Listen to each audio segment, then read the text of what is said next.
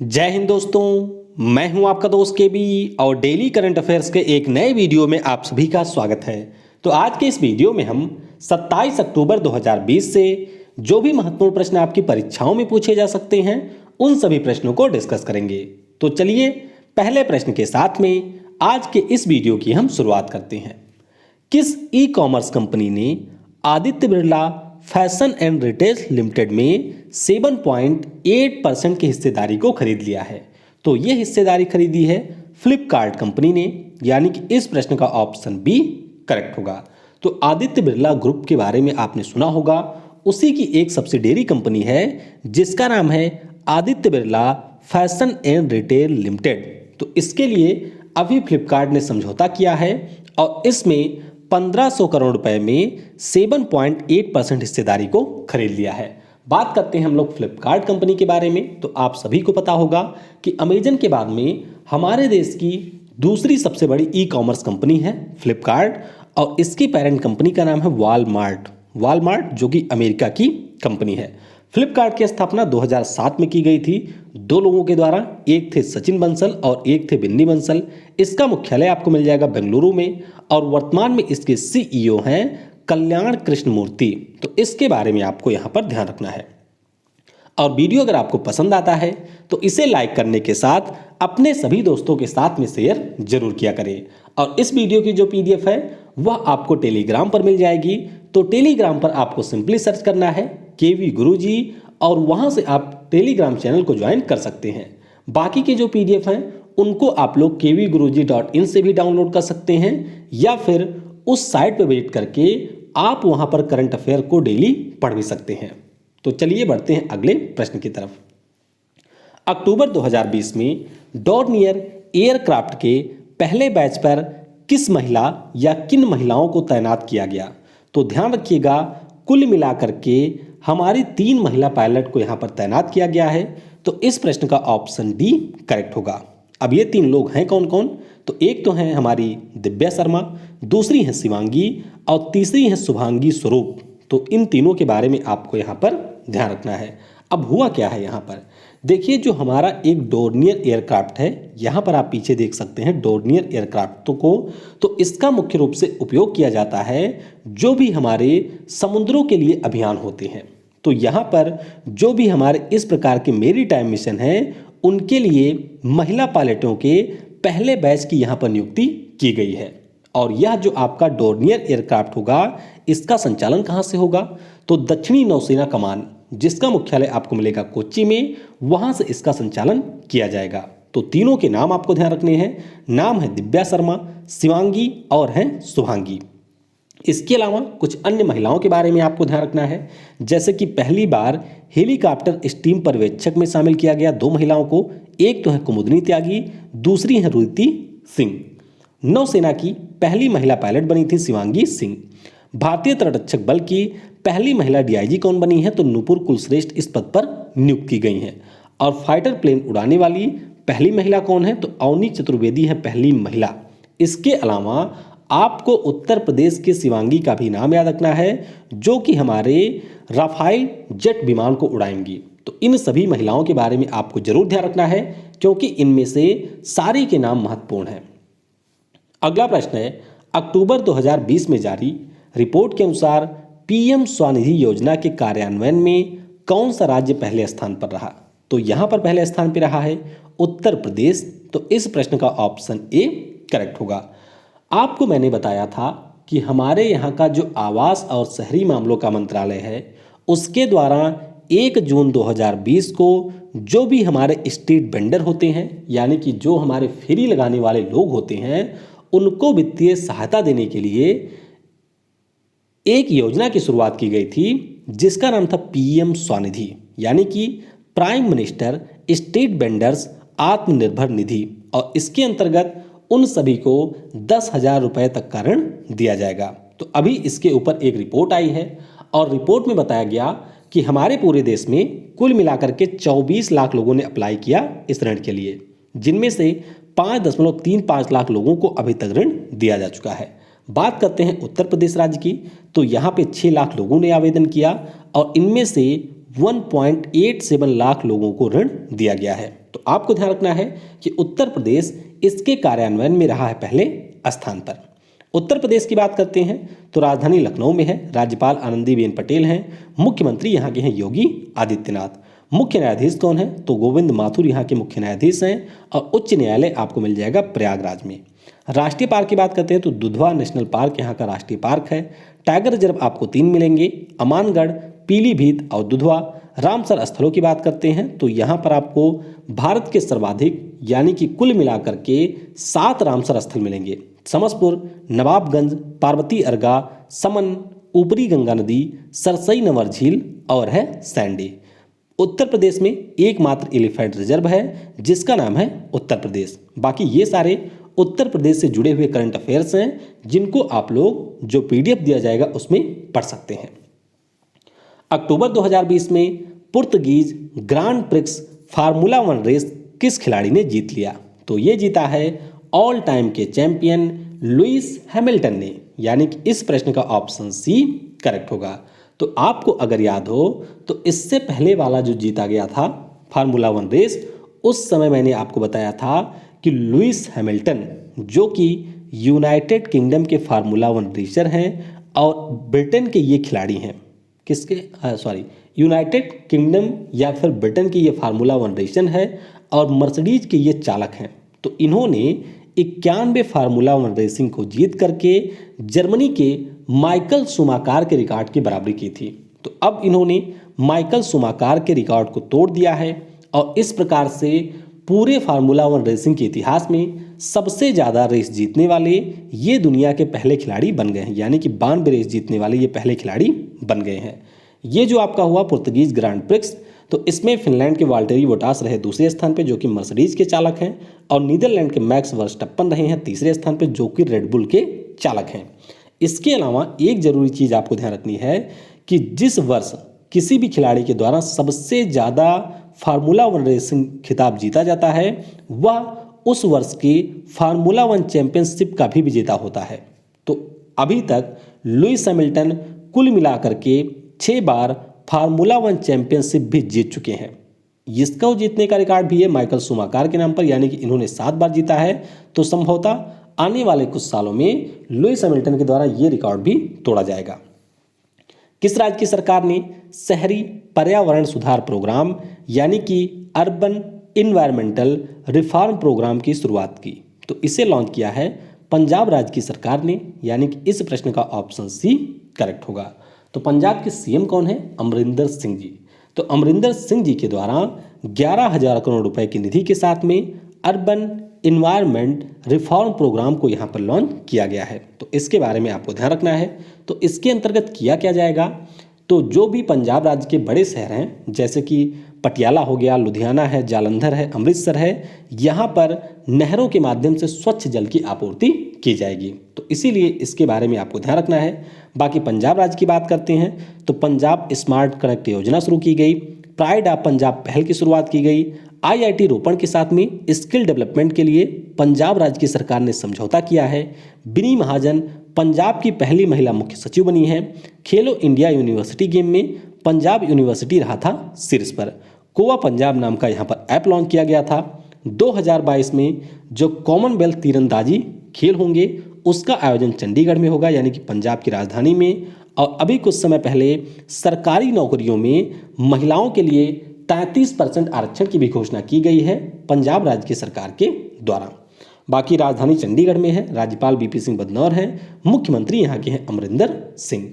उच्च न्यायालय आपको मिलेगा चंडीगढ़ में, मुख्य न्यायाधीश यहाँ के हैं रविशंकर झा। त्योहारों के बारे में आपको जरूर ध्यान रखना है। तो होला मोहल्ला, बैसाखी, लोहड़ी और गुरु पूरब यहाँ के प्रसिद्ध त्योहार हैं। एसबीआई कार्ड ने किस शहर के मेट्रो के लिए क्रेडिट कार्ड कम मेट्रो स्मार्ट कार्ड लॉन्च किया, तो ये लॉन्च किया गया है दिल्ली मेट्रो के लिए, यानी कि इस प्रश्न का ऑप्शन बी करेक्ट होगा।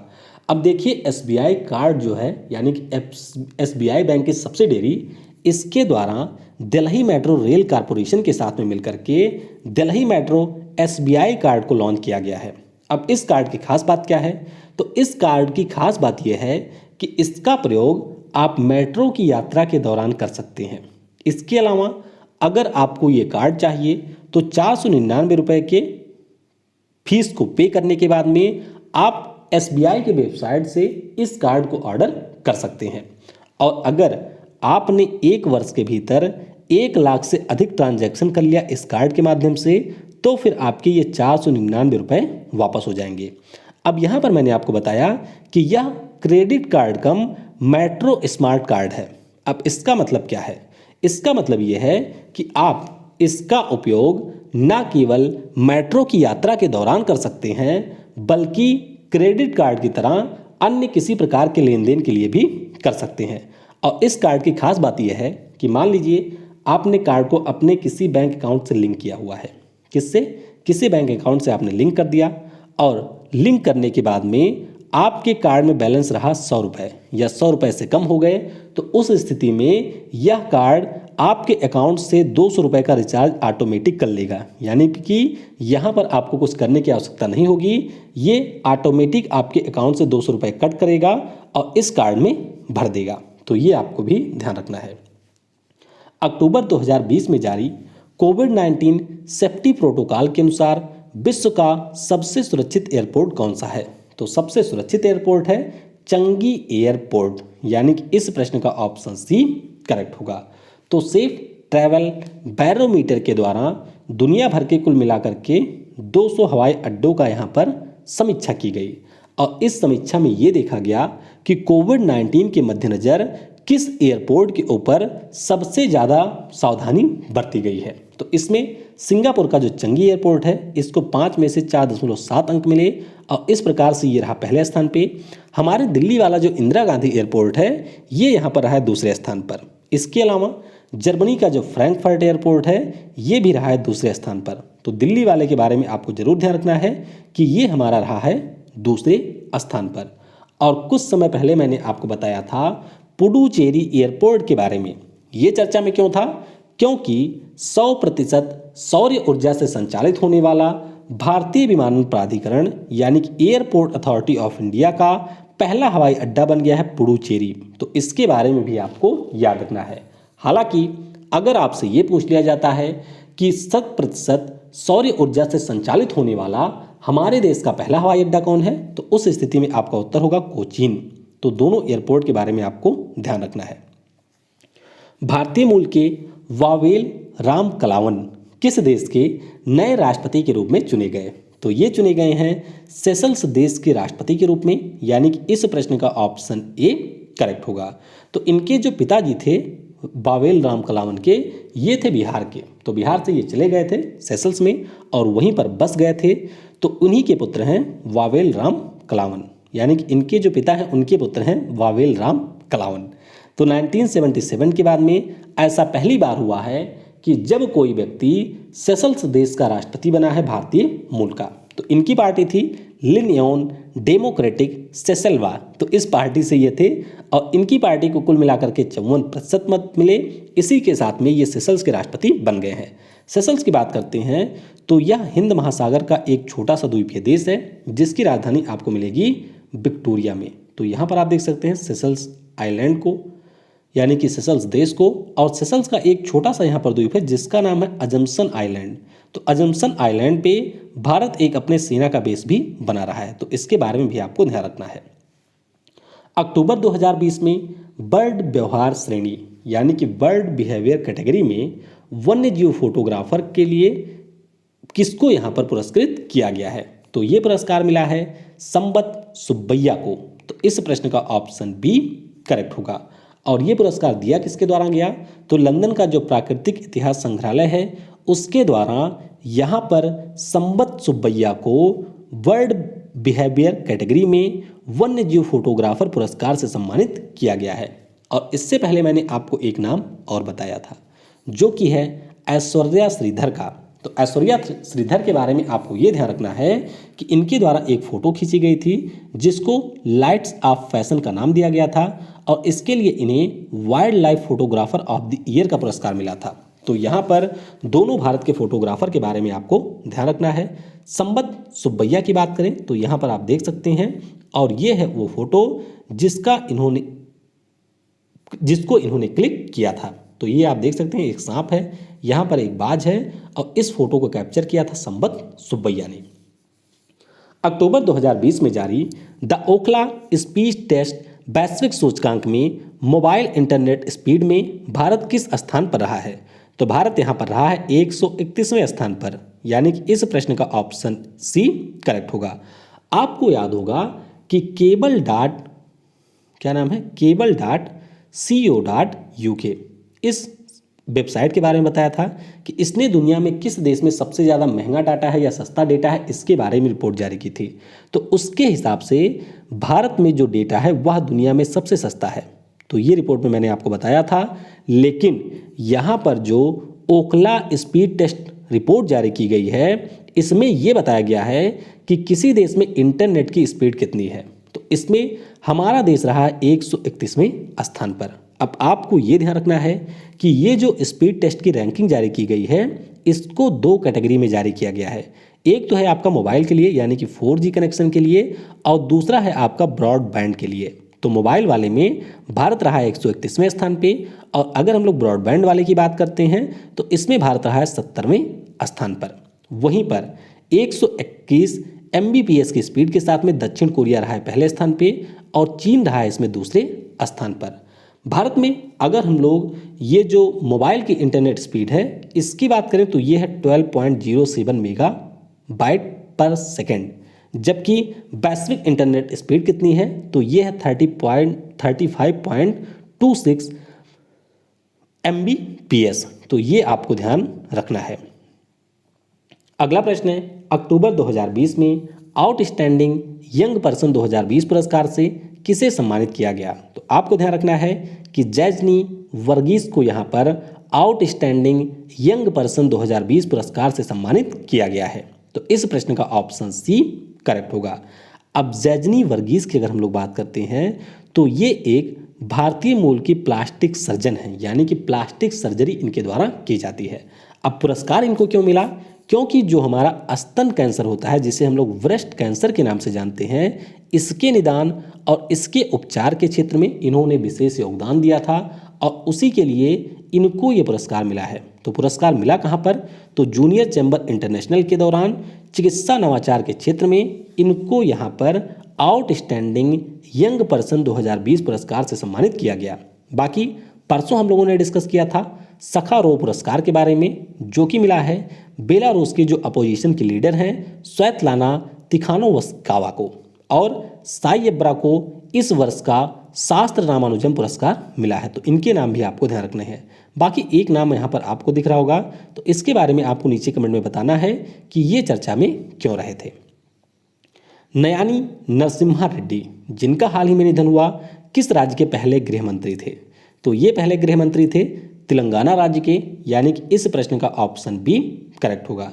तो देखिए 2001 के आसपास तेलंगाना राष्ट्र समिति नाम की एक पार्टी का गठन हुआ था और उसी के बाद में इस पार्टी का मुख्य रूप से उद्देश्य यही था कि आंध्र प्रदेश से अलग करके हम लोग एक नया राज्य बनाए जिसका नाम हो तेलंगाना।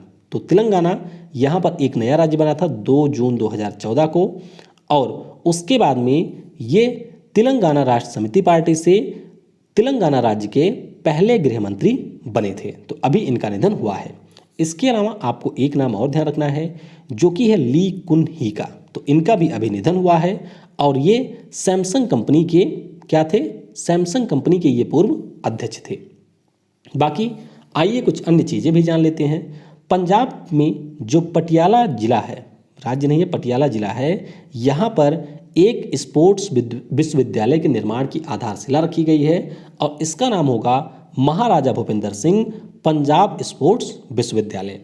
दक्षिण कोरिया की कंपनी है LG। अभी मैंने आपको बताया था कि LG ने अपने LG सिग्नेचर टीवी के लिए लुइस हैमिल्टन को ब्रांड एम्बेसडर बनाया था। तो अभी LG कंपनी के द्वारा विश्व की पहली रोल की जाने वाली, यानी कि जिसको आप लोग ऐसे मोड़ सकते हैं, रोल कर सकते हैं, रोल की जाने वाली टेलीविज़न को लॉन्च किया गया है जिसकी कीमत है 64 लाख रुपए। सुमन दुबे के द्वारा अपना पहला उपन्यास लिखा गया है, इसका नाम है the fixer winning has a prize how much will you pay. और इस लाइन से आप काफ़ी कुछ सीख सकते हैं कि अगर आप जीवन में जीतना चाहते हैं तो आपको एक प्राइज़ पे करनी होगी। अब ये डिपेंड करता है कि आप कितनी प्राइस पे करने को तैयार रहते हैं। जैसा कि मैं आपको पहले भी बता चुका हूं कि सफलता हमेशा कुर्बानी मांगती है, और अगर आप सोचते हैं कि आप जो भी आपके जीवन के लिए काम इम्पॉर्टेंट नहीं है उनको करते हुए सफल हो जाएं, तो ये शायद आपके लिए बहुत ही ज़्यादा मुश्किल है। तो कुर्बानी आपको देनी पड़ती है, और जितनी ज़्यादा आप कुर्बानी देंगे उतने ही बेहतर तरीके से आप सफलता को प्राप्त करेंगे। पाकिस्तान फरवरी 2021 तक के लिए FATF के ग्रे लिस्ट में रहेगा। FATF यानी कि फाइनेंशियल एक्शन टास्क फोर्स, और इसके बारे में मैं आपको पहले भी कई बार बता चुका हूं कि इसका मुख्यालय फ्रांस की राजधानी पेरिस में है, और G7 देशों के द्वारा FATF का गठन किया गया था, जिसका मुख्य रूप से उद्देश्य है कि पूरी दुनिया में जो भी आपके टेरर फंड हैं या फिर मनी लॉन्ड्रिंग है उसके व्यापार को रोका जाए। आलोक वर्मा ये हरियाणा लोक सेवा आयोग के नए अध्यक्ष के रूप में नियुक्त किए गए हैं। तो ये रहा आज का पूरा करंट अफेयर्स। वीडियो आपको कैसा लगा इसके बारे में कमेंट सेक्शन में जरूर लिखिएगा, और अगर आपको वीडियो पसंद आया हो तो इसे अपने दोस्तों के साथ में शेयर भी जरूर कीजिएगा। कल मैंने आपसे पूछा था डले खुर्सनी मिर्च के बारे में, तो इसके लिए GI टैग मिल गया है सिक्किम राज्य को। किसको? सिक्किम राज्य को GI टैग मिला हुआ है, तो ये आपको यहाँ पर ध्यान रखना है। बाकी गोवा की एक हमारी खोला मिर्च थी जिसको इसी वर्ष GI टैग मिला हुआ है।